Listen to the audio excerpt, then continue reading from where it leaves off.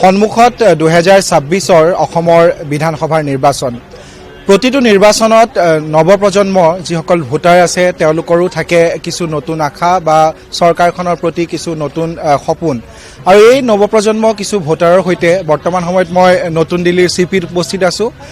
অসমৰ তেওঁলোকে নতুন দিল্লীৰ বিশ্ববিদ্যালয়ত অধ্যয়নৰত হৈ আছে আৰু এই মুহূৰ্তত মই তেওঁলোকৰ সৈতে কথা পাতিম যে 2026 বিধানসভা নিৰ্বাচনক লৈ কি আশা বা তেওঁলোকে কি ধৰণে বিচাৰে এখন নতুন চৰকাৰ। আৰু প্ৰথমে মই নমস্কাৰ ওচৰলৈ আহিছোঁ। প্ৰথমে মই তোমাৰ পৰিচয়টো জানিব বিচাৰিম। নমস্কাৰ, মোৰ নাম মই Delhi university department of physics কৰি আছোঁ। আগন্তুক বিধানসভা নিৰ্বাচনৰ বাবে যি এটি ৰাজনৈতিক প্ৰেক্ষাপট হৈছে সেয়া নিশ্চিতভাৱে তাৰ লগতে যুৱ চামৰ এগৰাকী প্ৰতিনিধি হিচাপে মই এইটো কথা ক'ব বিচাৰিছোঁ যে ইউথ হিচাপে আমি কিন্তু নেৰেটিভ ছেটিঙতকৈ বেছি আমি ইছ্যু ভিত্তিক আৰু আপোনাৰ উন্নয়নমুখী এখন চৰকাৰ হ'বলৈ বিচাৰোঁ। কিয়নো আমি দেখি থাকোঁ যে সচৰাচৰ যিহেতু এতিয়া খুব কাষ চাপিছে, নিৰ্বাচন নিশ্চয় কাষ চাপিছে, গতিকে আমি দেখিছোঁ যে নেৰেটিভ বিল্ডিং হৈ আছে আৰু সমান্তৰালভাৱে আমাৰ অপজিশ্যনসকলে নেৰেটিভটো তেওঁলোকে নিজকে ডিফেণ্ড কৰা বা ইত্যাদি। তাতকৈ বেছি যদি তেওঁলোকে নিজৰ পইণ্ট অফ ভিউখিনি দৰ্শায় অসমৰ ৰাইজৰ মাজত যে তেওঁলোকৰ চৰকাৰ আহিলে বা কি ধৰণৰ বস্তু বা কি ইছ্যুত তেওঁলোকে কেন্দ্ৰ কৰি ল'ব, NRC পৰা আৰম্ভ কৰি আপোনাৰ 6 শ্বেডিউলৰ পৰা আৰম্ভ কৰি বান সমস্যা ইত্যাদি যিখিনি আমাৰ মূল ইছ্যু অসমৰ জনগণক তেওঁলোকে কয় বা চৰকাৰখনৰ উন্নয়নমূলক যিখিনি কাৰ্যকলাপ বা আপোনাৰ যিখিনি আপোনাৰ ইনফ্ৰাষ্ট্ৰাকচাৰেল ডেভেলপমেণ্ট কৰিছে সেইখিনি লেখত ল'বলগীয়া। কিন্তু তাৰ লগতে আমি এইটো বস্তু চাব লাগিব যে ইনফ্ৰাষ্ট্ৰাকচাৰটো কেতিয়া আপোনাৰ উপযোগী বা আমাৰ কাৰণে কেতিয়া ইউজফুল হ'ব, যেতিয়া আমাৰ মাজত আপোনাৰ ৱৰ্ক ফ'ৰ্চ থাকিব, হিউমেন ৰিচ'ৰ্চ থাকিব। আৰু সেই হিউমেন ৰিচ'ৰ্চটো গঢ় দিবলৈ কিন্তু আমাক এটা ৱৰ্ক কালচাৰ দৰকাৰ হ'ব। আৰু সেইটো কৰিব হ'লে কিন্তু যি হিতাধিকাৰী আঁচনি ইত্যাদি চলি আছে অসমত সেইটো কিন্তু ক্ৰমান্বয়ে অকণমান হ্ৰাস পাব লাগিব। মানে এমপ্লয়মেণ্ট বৃদ্ধি কৰিব লাগে চৰকাৰখনে, নতুন যিখন চৰকাৰ হ'ব। ডেফিনেটলি এমপ্লয়মেণ্ট বৃদ্ধি মাতৃভূমি তাতে আমি থাকিব লাগিব।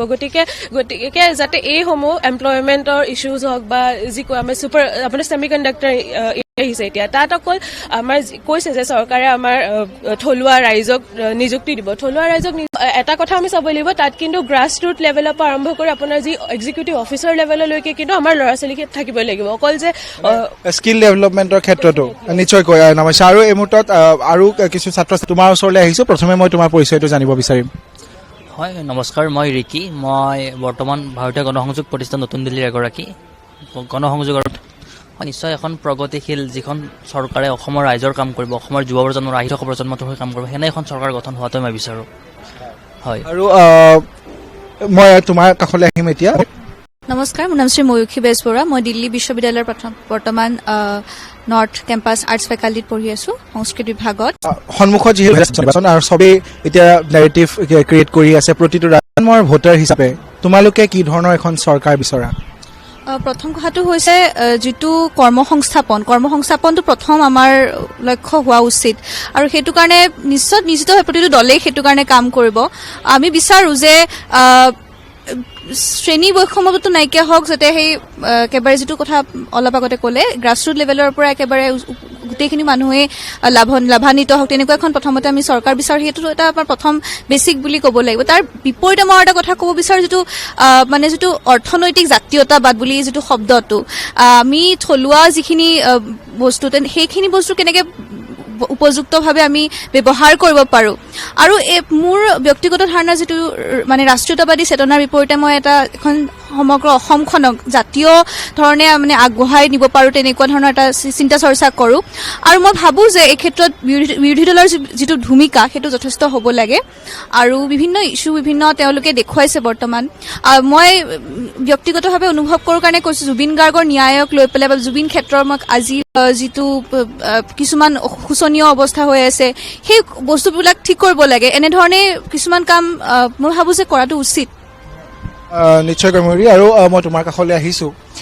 নিৰ্বাচন সমাগত সকলোৱে গম পাইছে আৰু সকলোৱে কৈছে যে চৰকাৰ কেনেকৈ বিচাৰে। তোমাৰ পৰা মই জানিব বিচাৰিম, যি ধৰণৰ এতিয়া বৰ্তমান সময়ত ৰাজনৈতিক প্ৰেক্ষাপট তুমি দেখি আছা, সকলোৱে দেখি আছে ছ'চিয়েল মিডিয়াত, টিভিতে হওক, কি ভাবা তুমি বৰ্তমান সময়ৰ যি এটা ৰাজনৈতিক পৰিৱেশ অসমত আচলতে কি ধৰণে আগবাঢ়িছে গোটেই কথাবোৰ? হয়, মই সিদ্ধাৰ্থ আৰথী। বৰ্তমান মই দিল্লী বিশ্ববিদ্যালয়ৰ সাংবাদিকতা আৰু গণসংযোগ বিভাগৰ এজন ছাত্ৰ আৰু মোৰ ঘৰ নলবাৰীত।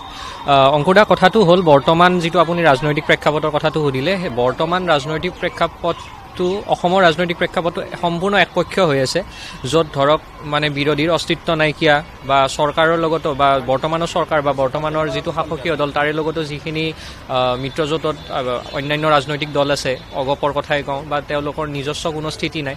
তো গণতন্ত্ৰত হয় ঠিকে আছে, এটা দল সংখ্যাগৰিষ্ঠতাত আছে বা তেওঁলোকে ভাল কাম কৰি আছে বা প্ৰগতিশীল কাম কৰি আছে, কিন্তু আপুনি ৰাজনৈতিক দলৰ ক্ষেত্ৰত যদি বা যিটো ৰাজনৈতিক দলৰ হোৱা সম্পূৰ্ণ বিৰোধী আমি যদি ঐক্য মঞ্চটো চাওঁ, একেবাৰে শোচনীয় অৱস্থা।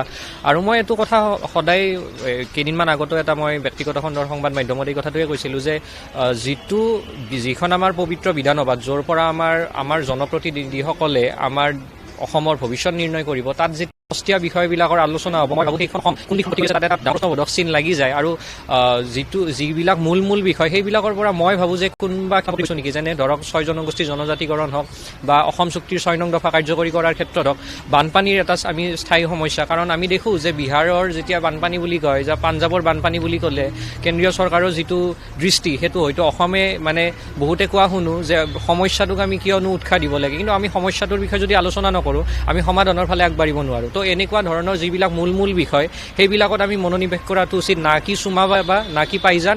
আৰু আমি সেইবিলাক কথা পাতিব লাগিব যদি ভাৰতৰ সাৰ্বভৌমত্বৰ ওপৰত প্ৰশ্ন উঠে, কিন্তু সেইবিলাক সদনৰ ভিতৰত নহয় বা সেইবিলাক বিধানসভাৰ মাজত।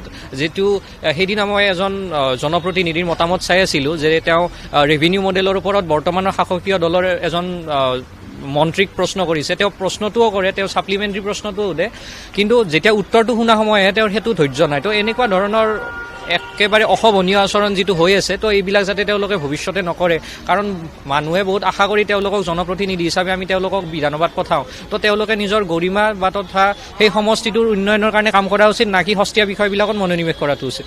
নিশ্চয়কৈ সিদ্ধাৰ্থ, তুমি খুব সুন্দৰকৈ বিশ্লেষণ কৰিছা।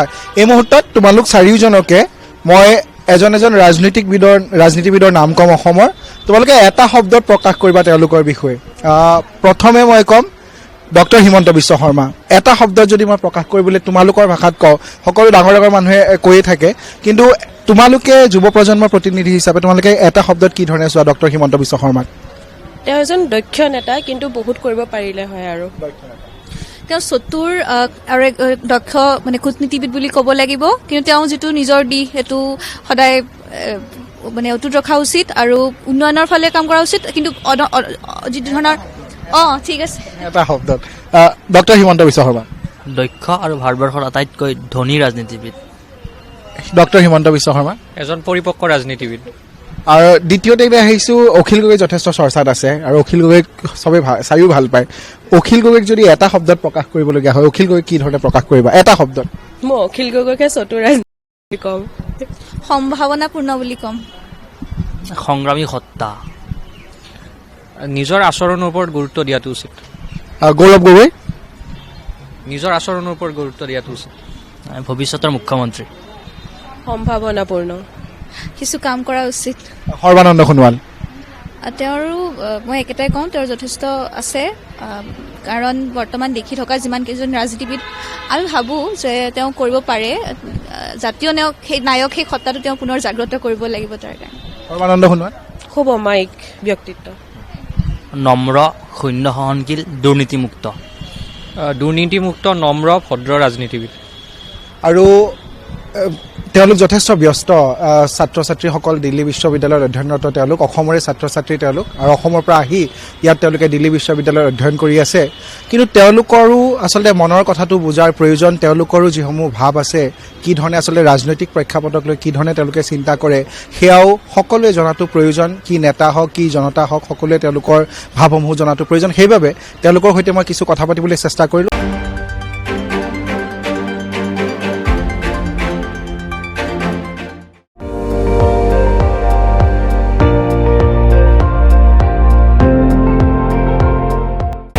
আপুনি চাই আছে ND24, সৰ্বশ্ৰেষ্ঠ নহয় সৰ্বোত্তমৰ দৌৰত।